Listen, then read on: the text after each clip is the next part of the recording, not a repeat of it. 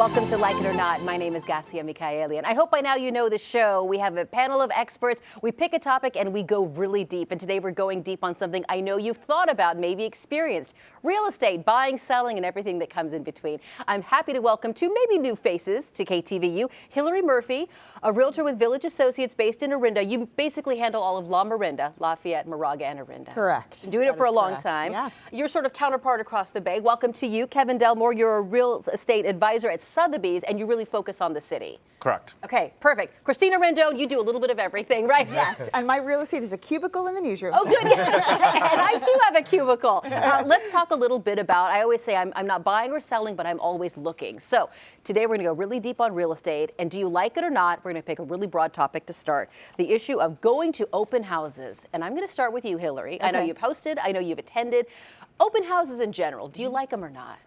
I love open houses. Open houses are so much fun. It's fun to meet potential buyers. It's fun to meet neighbors. When you go to all the trouble to prep a house to list it on the market, it's really fun to show off your work. So open houses, love it. Okay, how about you? Do you like them, Kevin? The same, yeah. That's when you get to really feel the energy of the market, see how many people are looking, meet the neighbors, and hopefully they're admiring the product that you've brought out. Yeah, and not like pointing out flaws, which we'll get to in a second. Christina, do you like, I know you're not buying or selling either right now, but do you go? I do go, and if it's in the neighborhood, I'm that nosy neighbor that pops my head in just to see what's going on with the house. And if it's a neighbor that we don't necessarily know, like, right, if we know our neighbors, we've been to their house before, but if it's a neighbor that's selling that we don't know, and I'm like, yeah, I think I want to see what their layout's like, is it renovated? Is it, you know, original inside or vintage? So I do like open houses, and I liked open houses when we were selling our home too. We had an open house. Okay. Did you stick around for the open house, or did you leave? We left. The realtor told us to leave. Good. And that was really hard for me to do. That was very hard for me to do because I'm like, I wanted to see like around the corner, well, who's coming? Who's driving up? So you wanted what to car stay are they and driving? basically spy on the people who were considering your home. Yeah, I was like, who is going to potentially take our old home? You know, that's just me being curious and part of being maybe a nosy journalist. So you would have stayed if you could? I probably would have, but that probably wouldn't have worked out well. So. I know these two are going to tell us not to stay if we're selling. Hillary, tell me why. Don't stay at your own open house. Okay. Don't stay. You don't want to hear what people are saying about your house. And don't listen to the Ring camera footage either. It's just, it's really best to just tune out, let your agent do their job, and handle all the comments as they come in. Have you ever had someone say, like, nope, it's my house, I want to stay, or do they usually follow I have your not. advice? Thankfully, I have Knock not. on wood. Kevin, can you tell that it's a nosy neighbor and not an interested buyer? Oftentimes, but the best nosy neighbors just come right out and say it. You know, they walk in and they're like, I'm not a buyer. I've lived on the street for 10 years. I just want to see how the house looks. And do you mind that? No, I encourage it. I mind an empty open house. So the more people, the better. You want to have the energy and the people saying, you know, this is a beautiful new kitchen, or I love the backyard. So all the kind of positive energy you can get in an open house, the better. Because I imagine if I'm a buyer and I walk into a house that's empty, I'm like, oh, we can get this for a bargain. Nobody else wants this. But if I walk into a house that has a ton of people, I'm like, oh no, we better put our best offer forward, and everybody else wants this house, and maybe we should jump on it. Is that sort of? It is like a restaurant, basically. Nobody wants to walk into an empty restaurant, even if the food is great. So.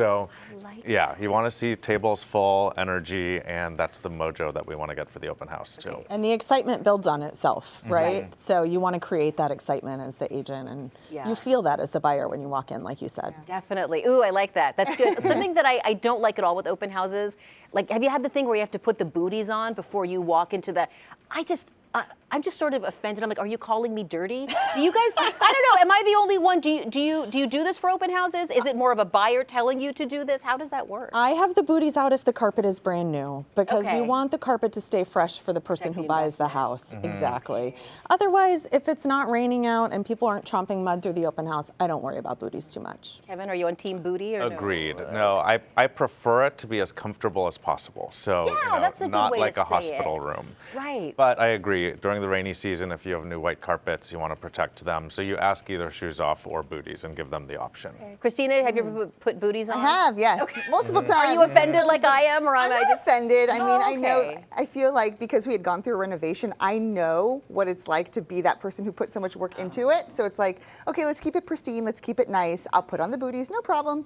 And I'll put them on and walk through the house, and it's fine. It's, big deal. it's much milder than the COVID days where everyone was masked up with booties and You had to hand schedule like sanitizer a everywhere. 15-minute time to go in the Put house. that out of my memory Yeah. already. I can't So even wild. remember. booties feel relaxed now in comparison. A little perspective from Kevin. Have you ever, and I've only read about this, I've never heard about it actually happening now that we have two experts, let's ask. When it comes to open houses, have you ever had anything go missing during an open house? Personally, I have not had anything go missing during an open good. house, but I have had a squatter move into a listing that was in escrow. You're kidding. No, I'm not kidding. It was horrible. So gosh. we had to, the neighbor called, we had to get them out, get it all cleaned up. That was a mess. But I have not had anything go missing at an open house. Okay. Knock knock on on wood. that would be Kevin, have terrible. you? Luckily, no. The vast majority of our listings are also vacant and staged, so there aren't personal items really to steal. Maybe someone has lifted an item of staging that we haven't noticed. tchotchke yeah, or but something. luckily, I've never had any reports of it. Okay, I will say I thought of it when we were having our open house for our own house. I thought, what if something goes missing from our home, because we were still fully living in it.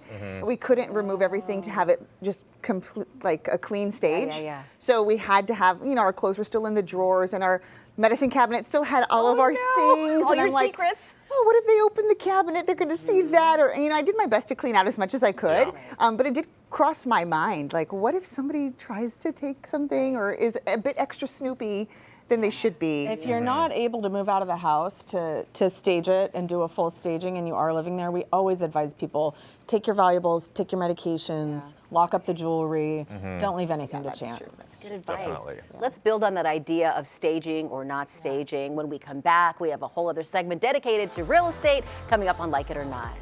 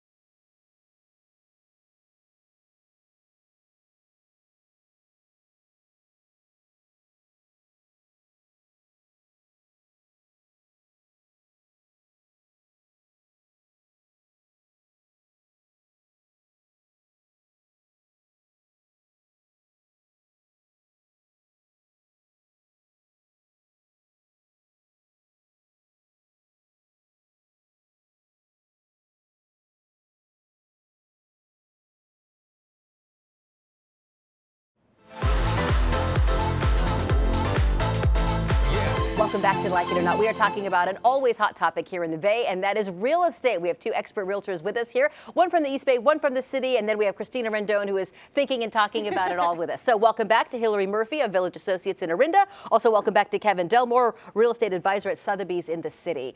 One of you mentioned home staging, and so let's pick up on that. First of all, like it or not, just in general, the idea of home staging. Kevin, we'll start with you.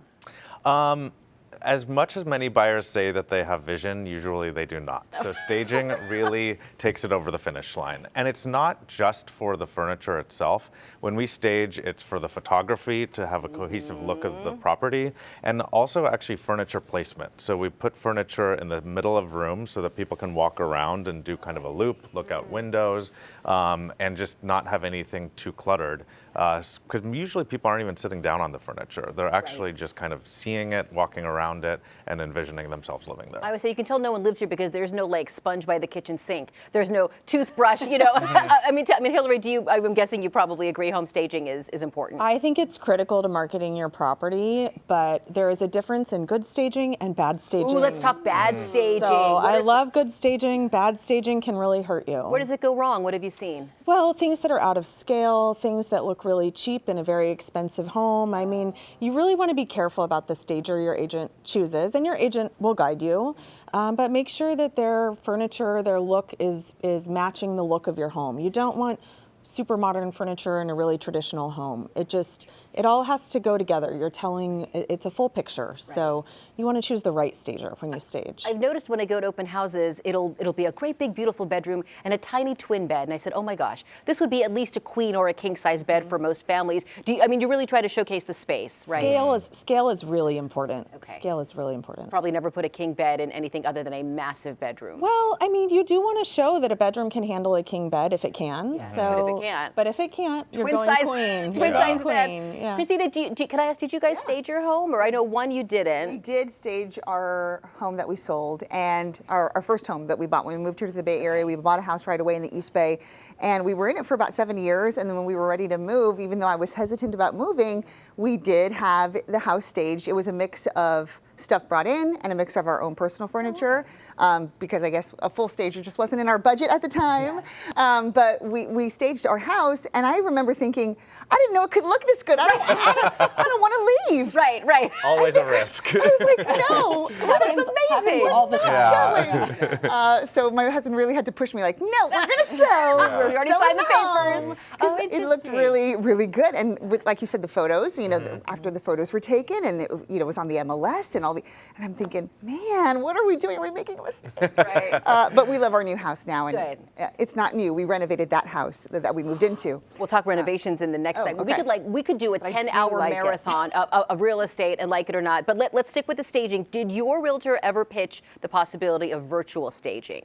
No. Okay. But so my husband also kind of dabbles in real estate as well, and he has done virtual staging. Okay. And it's interesting because the house is completely empty, and it is a nice look of what it could be, but it's also not real. So Right. it's kind of hard, like, for the person who's looking at it. I think when you're looking at it and thinking, oh, that looks cool, but then when you go in person and you see an empty house, you're like, oh, it kind of takes the wind out of the sale. I don't know. You're I mean, you guys are the disappointed. experts. Yeah. What do you guys think? Virtual staging? Oh, sorry, go ahead. I think in some cases virtual staging makes sense for certain rooms. Like we had this big rumpus room in a listing that could have been a game room or a gym. So we showed it different ways with virtual staging. Oh, okay. But it wasn't the main part of the house. And I think Christina's right. If you virtually stage the whole house and buyers arrive for the open house and they walk in and it's empty, they're disappointed. You It's can't not get a good over that. impression. Okay. Am I guessing people who do virtual maybe go for the financial? I mean, it's a whole lot cheaper than. It's a lot cheaper, and what I say that I like about virtual staging is that it can be illustrative. So I like to still use photos of it empty or exactly how it's currently looking, so there's no bait and switch with buyers, and Oh, they that's don't good. feel like, where is everything that is looking so beautiful here? But you can show, as Hillary said, flexibility of space, or that this could be a home office or a bedroom or that sort of thing. I hadn't thought about that flexibility. I've been in so many homes where the smallest bedroom is an adorable nursery. I'm like, I'm out of my nursery years, right? This crib means nothing to me right now. And so, but it could be a nursery or a sewing room or a reading room or a room for all your plants and all that. An office. I like that. Yeah. Have you either, because I was telling Christina earlier, we were looking at homes when we first moved here, and we were young and had zero money and all the things. But we looked at homes, and most of which were staged. And I remember we saw one that was staged down to the backyard, had a rocking chair and a small table with a glass of lemonade and a slice of lemon floating in. And I thought, the people who live here are so rich, they can afford a lemon just to float a slice in their lemonade. And it has stuck with me all these 20 years later. That having been said, have either of you seen or experienced anything that you're like, brilliant staging? Just a laser focus on getting those feels going. Yeah, I mean, I have a stager who's fabulous that does most of my listings, and she'll pick up on one little element of a house and really run that thread through every room, and it creates a cohesive look. She brings in great, cheerful, colorful artwork. I mean, it's good staging really is magic, like you said, and it sticks with you. Yes, So yeah, yes. it's different for every property, but there are touches of magic. Okay. Kevin, have you seen magic? Yes, and I think to expand on that, good staging has layers. So bad staging oftentimes just throws a little bit of furniture in a room. Good staging goes beyond that.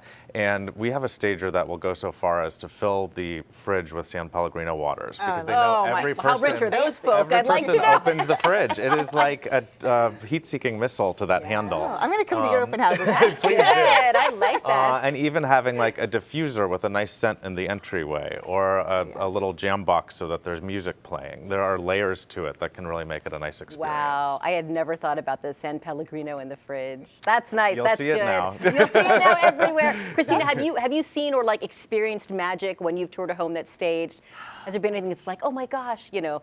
Nothing comes to mind Okay. right away, but I've been to homes where they do offer some treats, you know, but that's different than the bottled water and Right. the little That's treats. a look like, but don't I wanna touch. go What here. treats have you received? Like what treats have you received? Like what sort of They'll put out little pastries like little snacks? muffins or, you know, a platter of chocolate chip cookies, just something super basic Yeah. and just, you know, and the water bottles that are like the mini ones that you can get like single serve size. So I like that. Okay. But I now I like need to that. step up my open house game. Yeah, we're like over to the learning city. things. Yeah, come to the exactly. city. All right, when we pick up, we are going to stay in the house and we're going to talk about fixing what you're living in. So stay with us here on Like It or Not.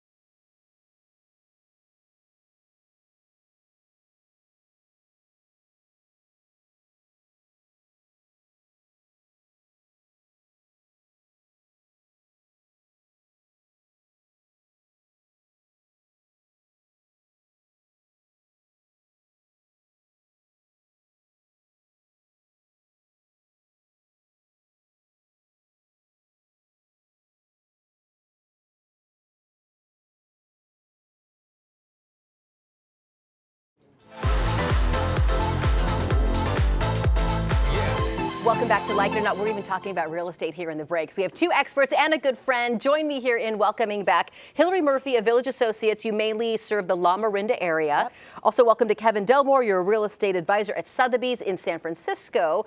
We've been talking about, you know, open houses and this sort of thing. Now let's talk about living in a home that you hopefully love, and if you don't, what do you do about it? Renovations, right? Let's start with kind of the very broad topic of renovations. Like it or not, Kevin, I'll start with you. So, I definitely believe in property prep. So that would be, you know, painting, carpeting, wood floors. This is before you put it on sale or once you're in it? Before putting it on the market. Okay.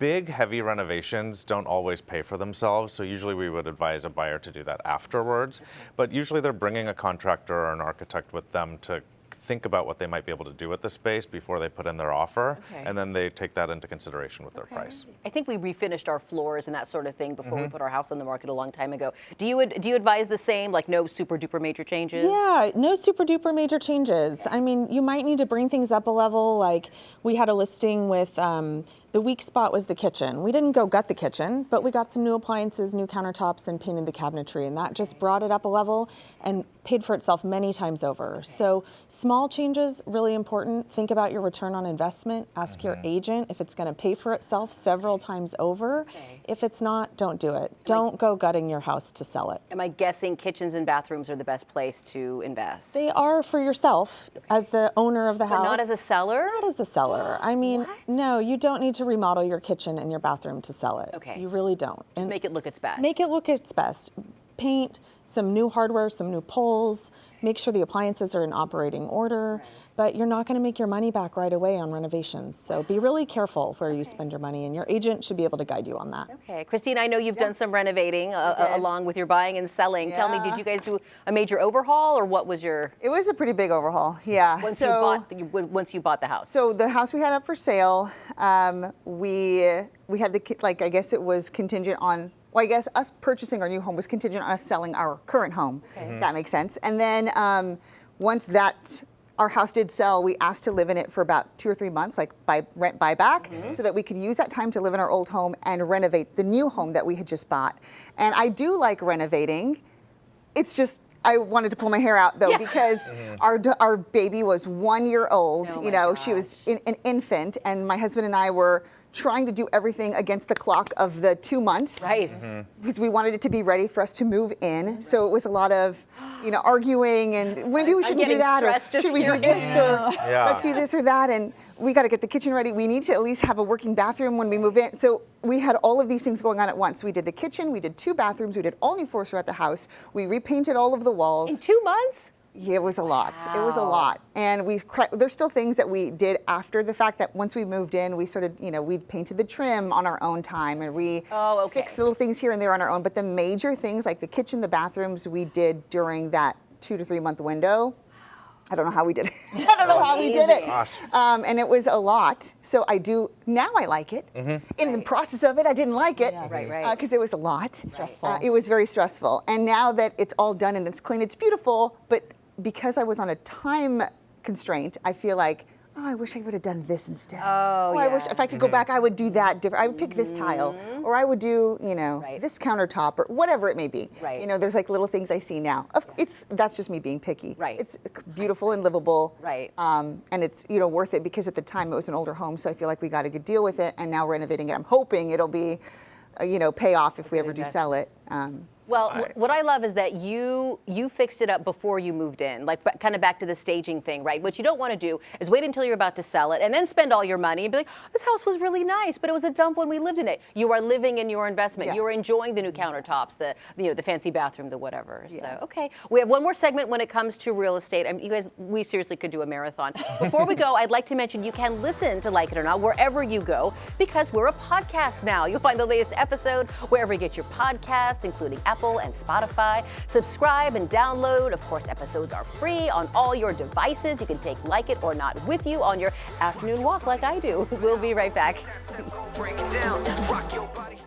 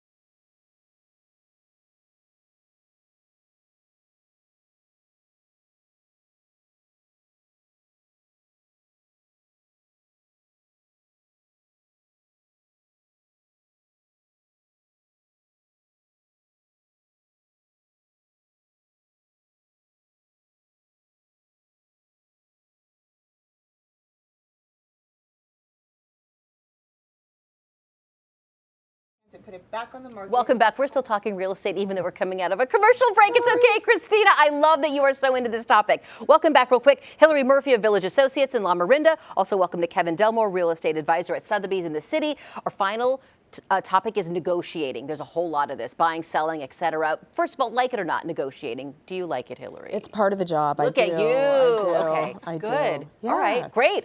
Tell me, like, what's your what's your mindset when you're going in? Well, I mean, my mindset is always in the best interest of my client. So I'm either representing the buyer or the seller, and my duty is to them and to do what's right for them. But it's a collaboration. You know, it depends what their goals are and what my client is up for. So everything in negotiation is completely situation dependent. There are a million factors that go into every negotiation. So I can't give you a good blanket statement, except it's part of the job. It's a hard part of the job, and a good agent will go to bat for you. I like it. Her sleeves are rolled up. People, Kevin, what do you think? Do you like negotiating? I do. I love it. I mean, it's a fun part of the job. And I like being able to actually negotiate, too. You know, when you have one buyer and one seller, the agents are there to negotiate a good deal for both of their clients. In the event that there is a low price and they're expecting 10 offers and you're representing a buyer, you really have no room to negotiate. You have to kind of just walk in and give it your best and see what happens. Yeah, you're kind of like, sorry. Exactly. This is what we can do. you, Christina, did you do much negotiating? No, Okay. no, I don't like negotiating. That's what the professionals are for. I feel like if I would have stepped in to try to negotiate, it probably would not have gone well. But I feel like I'm one of those people that, maybe these are like nightmare sellers who are like, well, I think I can get a little bit more for our property. I feel like everyone thinks that at some point, right, about their home. But I just kind of step back and let you guys do your work, because I don't want to, train wreck a deal. Well, yeah, because you guys are professionals. I mean, like you said, Hillary, what's most important to your client? Maybe for Christina, it was time. Maybe for me, it's money. Maybe for someone else, it's knowing that a growing family will get the house that I raised my family in. Is this the sort of thing? Absolutely, yeah. The seller's goals are very important in those situations. Sometimes it's convenience and not having to go on the market, and a seller really wants to sell off market. Yeah. So there's a lot of ways to slice the pie on selling a house, and so it all depends on the seller's goals and what they have in mind when you're on the listing side. Awesome. I will say I don't love negotiations, but I do it. I tell myself, this is how you feed your family, right? Whether it's at work or it's in a big real estate transaction. If I give up more money that I wanted to keep for myself, this means, fewer baseball bats and bicycles, whatever, for my kids. So I admire those people who love to do it and those who do it. So this has been super fun. You guys, we're going to do a series. That's it. We have a great big thank you to Hillary Murphy, Village Associates serving the La Miranda area. Also, Kevin Delmore, real estate advisor over at Sotheby's in San Francisco. Christina Rendon, you and I can talk in the newsroom after this. Hours and Always hours. talking. We're so glad you joined us today. A quick reminder, if you have questions or thoughts about Like It or Not, we'd love to hear them. You can also record yourself asking a question wherever you are. Send us your questions through our socials. You see it all there on the screen, or just email KTVU-likeitornot@fox.com. Go break it down, rock your body, move it out. Go take that step, go break it down, rock your body, move